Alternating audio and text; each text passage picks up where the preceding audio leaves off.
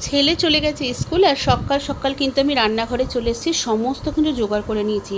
সকালের জলখাবার থেকে শুরু করে একদম দুপুরের খাবারের জোগাড়। এটা সকালের জলখাবারের তরকারি করব, আর আটা মাখবো, তার জন্য রুটি হবে। আর দেখো, স্নান টান সেরে পুজো সেরে আমি এখানে জলখাবার নিয়ে বসেও গেছি। এখানে করছি রুটি আর 5 মিশালি একটা সবজি, দারুণ খেতে হয়েছিল। আর তার সাথে নিয়ে নিয়েছিলাম চা।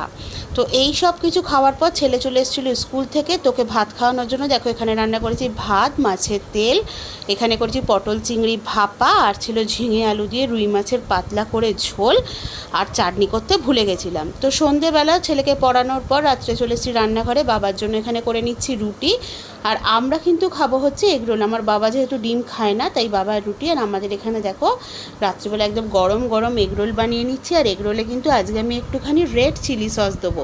তো এখানে শসা পেঁয়াজ সব কিছু ছড়ানো হয়ে গেছে। এবার সস, টমেটো সস আর রেড চিলি সস দিয়ে একদম মুড়ে নিলেই রেডি হয়ে যাবে আমাদের রাতের ডিনার।